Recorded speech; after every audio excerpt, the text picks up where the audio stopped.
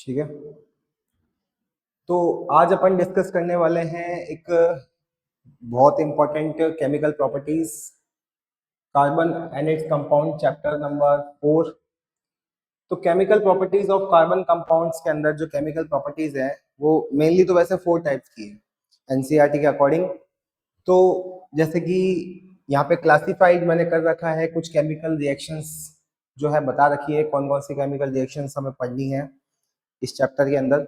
ठीक है, तो पहली है आपकी कंबशन रिएक्शन, दूसरी है ऑक्सीडेशन रिएक्शन, और चौथी है एडिशन। ठीक है, जो एडिशन रिएक्शन है उसका दूसरा नाम है हाइड्रोजिनेशन। ठीक है, इसमें आगे चल के पता करेंगे, आगे चल के देखेंगे कि इसमें क्या होता है, इस रिएक्शन में क्या होता है। तो फर्स्ट रिएक्शन स्टार्ट करते हैं अपन chemical properties of carbon compound की कंबशन रिएक्शन।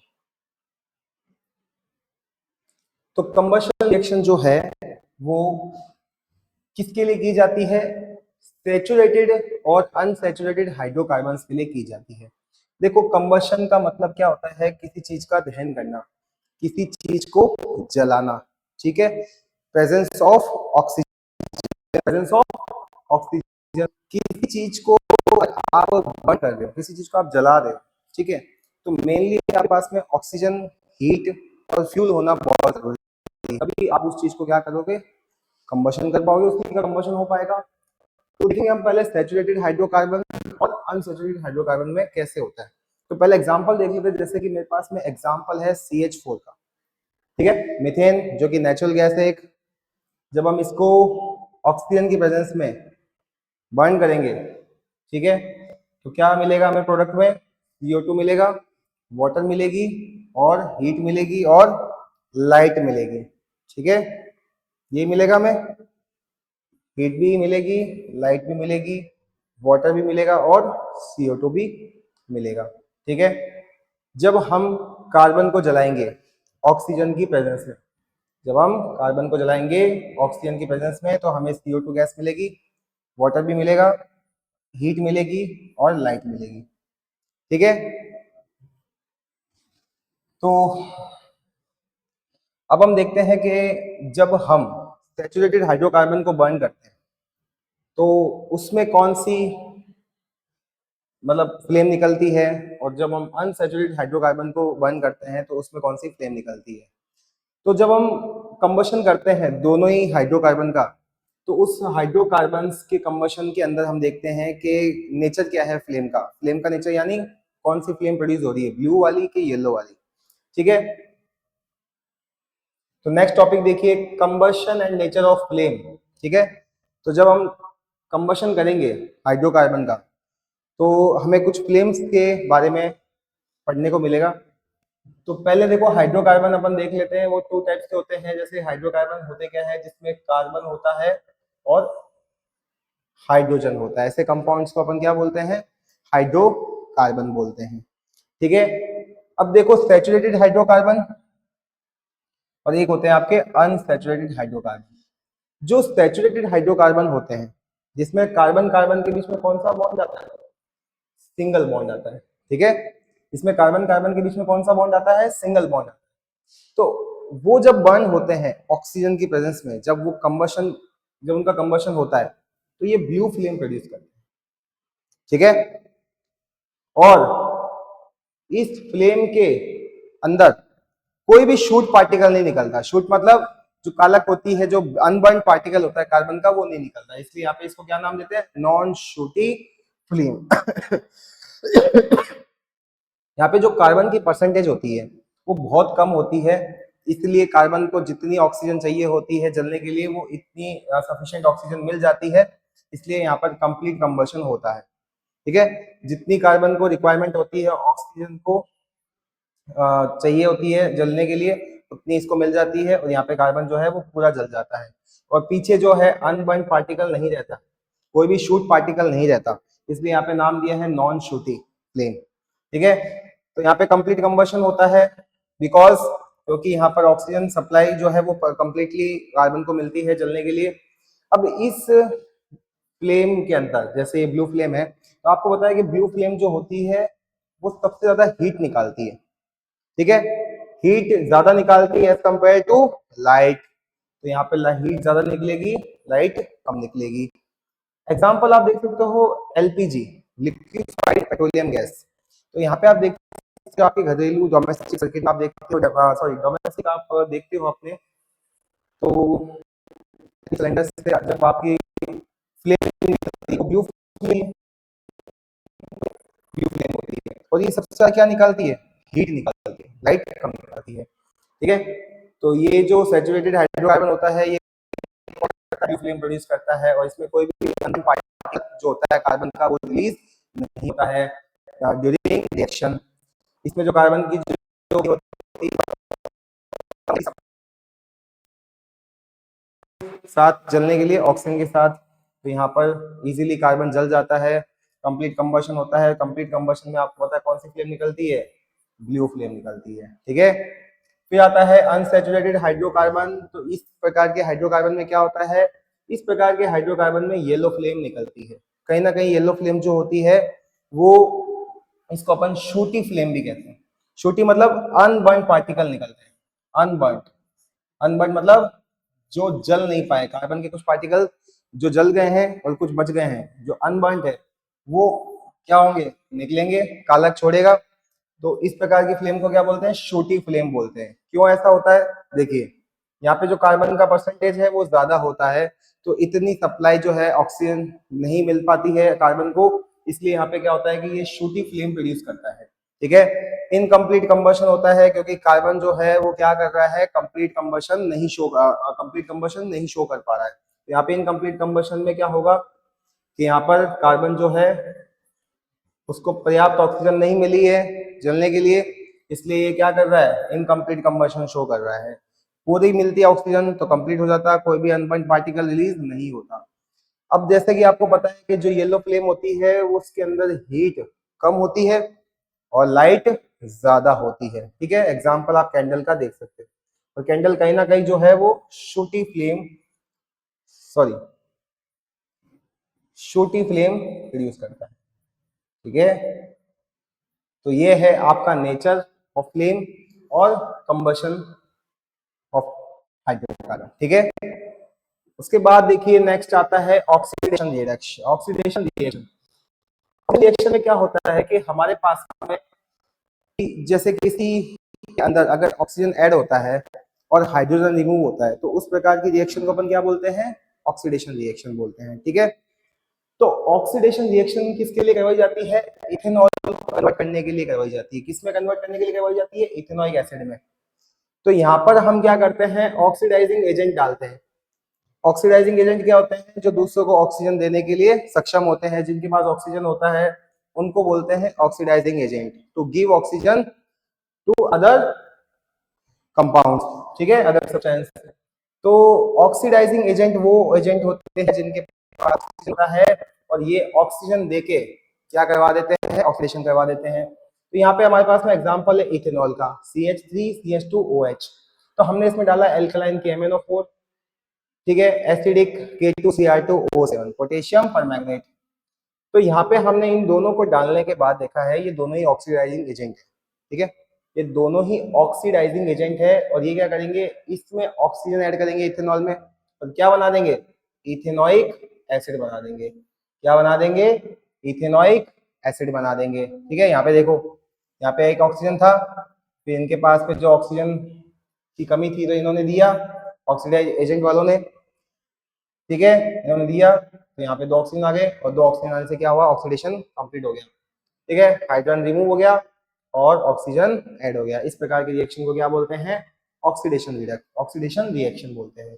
किसके लिए करवाई जाती है, ये इथेनॉल को कन्वर्ट करने के लिए करवाई जाती है। किसमें, इथेनोइक एसिड में। ठीक है, इथेनॉल से इथेनोइक एसिड बनाना है तो हमें कौन सी रिएक्शन करवानी पड़ेगी, ऑक्सीडेशन। और इसमें हमें क्या ऐड करना पड़ेगा, ऑक्सीडाइजिंग एजेंट ऐड करना पड़ेगा। क्यों, क्योंकि ये ऑक्सीजन देने वाले लोग होते हैं। ठीक है, नेक्स्ट देखिए, उसके बाद आता है एडिशन रिएक्शन। एडिशन का मतलब है यहाँ पे कुछ ऐड होगा। क्या ऐड होगा, कोई ऐसा एलिमेंट, कोई ऐसा एटम जो क्या करेगा, इस रिएक्शन में पार्टिसिपेट करेगा और क्या बना देगा, सैचुरेटेड बना देगा उसको।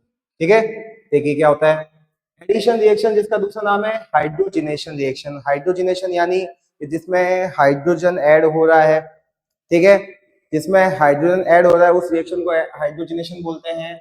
और ये रिएक्शन जो होती है कौन परफॉर्म करता है, इस रिएक्शन को परफॉर्म करते हैं only unsaturated hydrocarbons. Unsaturated hydrocarbons जो है, जैसे कि दैट इज आपको पता है कौन सा होता है, एल्कीन एल्काइन होते हैं, जिसके अंदर डबल बॉन्ड यानी या ट्रिपल बॉन्ड होते हैं कार्बन कार्बन के बीच में, ठीक है।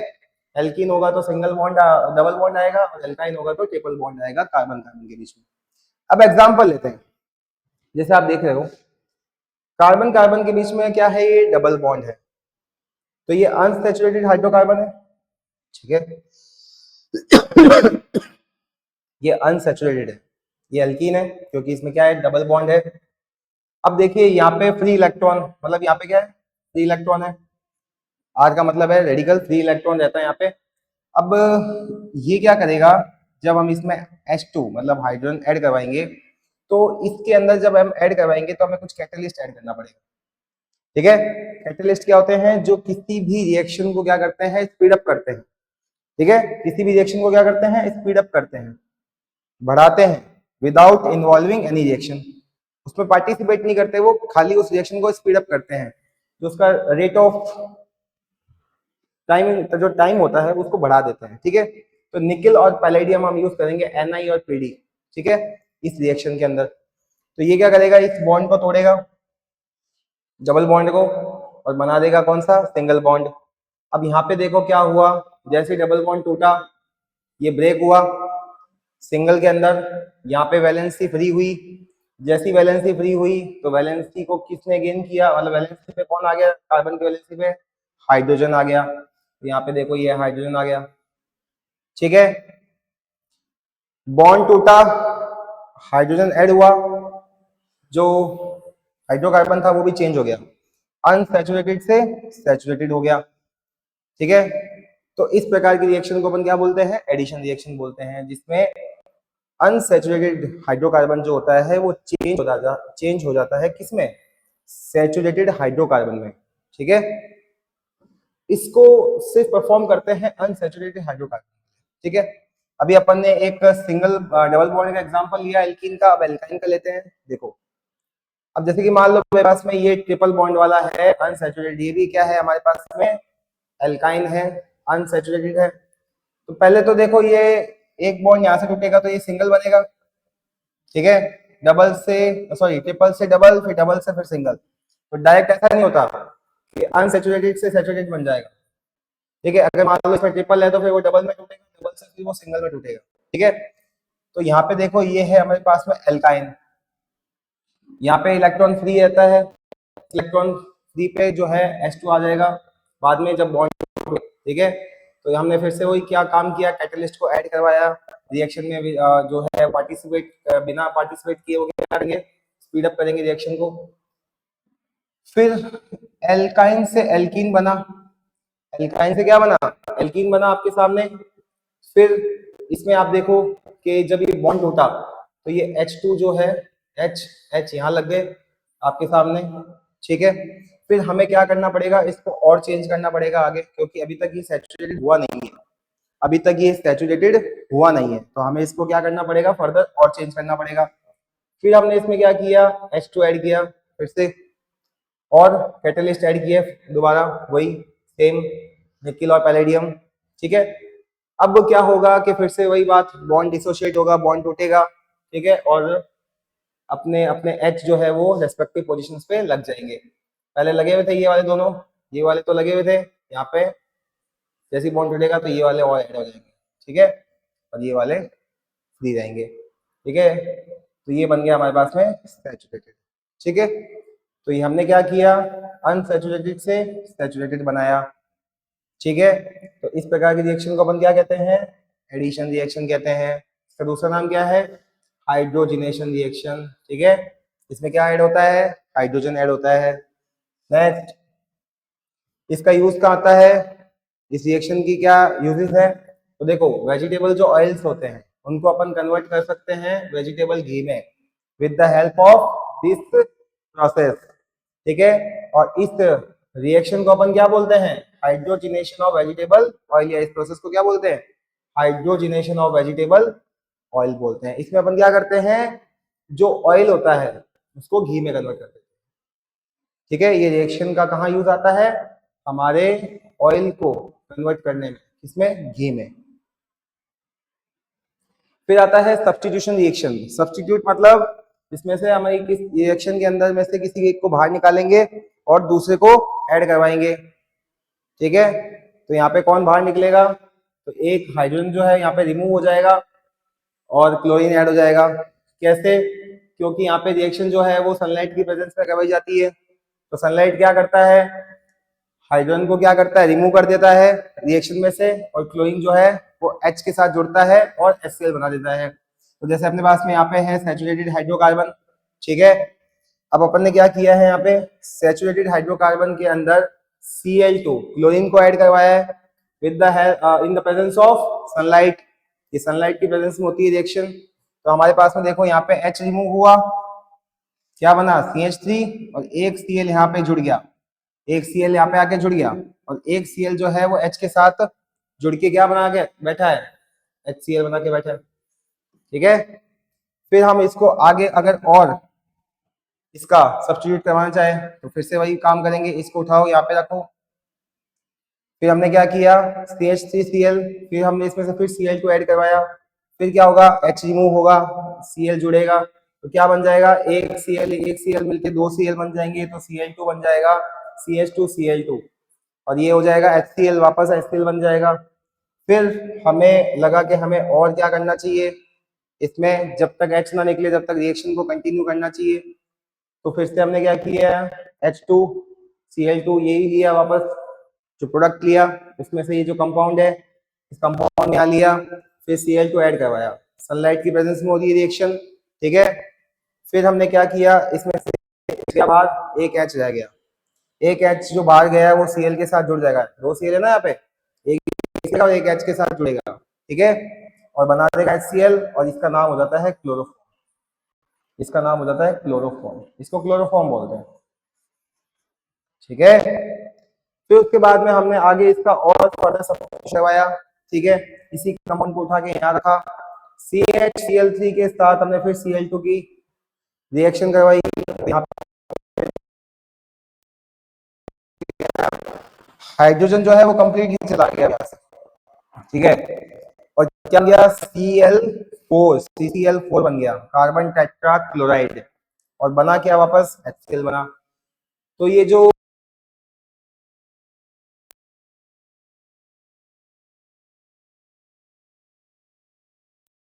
कार्बन होता है इसमें हम ऐड करवाते हैं। ठीक है, प्रेजेंस ऑफ सनलाइट, और हमें जो है H निकाल के HCl जोड़ना होता है, H निकाल के क्या जोड़ना होता है, Cl जोड़ना होता है, और क्या बनाना पड़ता है लास्ट में, HCl बनाना पड़ता है, और जो कंपाउंड बनता है वो आपके सामने है, जो प्रोडक्ट बनता है वो आपके सामने है। ठीक है, तो हमने डिस्कस किए चारों के चारों रिएक्शंस को। ठीक है, कंबशन रिएक्शन देखी हमने अभी, ऑक्सीडेशन रिएक्शन देखी, सब्स्टिट्यूशन रिएक्शन देखी, और लास्ट में हमने एडिशन रिएक्शन देखी। ठीक है, ये है आपकी chemical properties of carbon compounds. ठीक है, कार्बन कंपाउंड की केमिकल प्रॉपर्टी जो कि बहुत इंपॉर्टेंट है बोर्ड के एग्जाम पॉइंट ऑफ व्यू से, हर साल इस पे क्वेश्चन आता है। ठीक है, थैंक यू सो मच।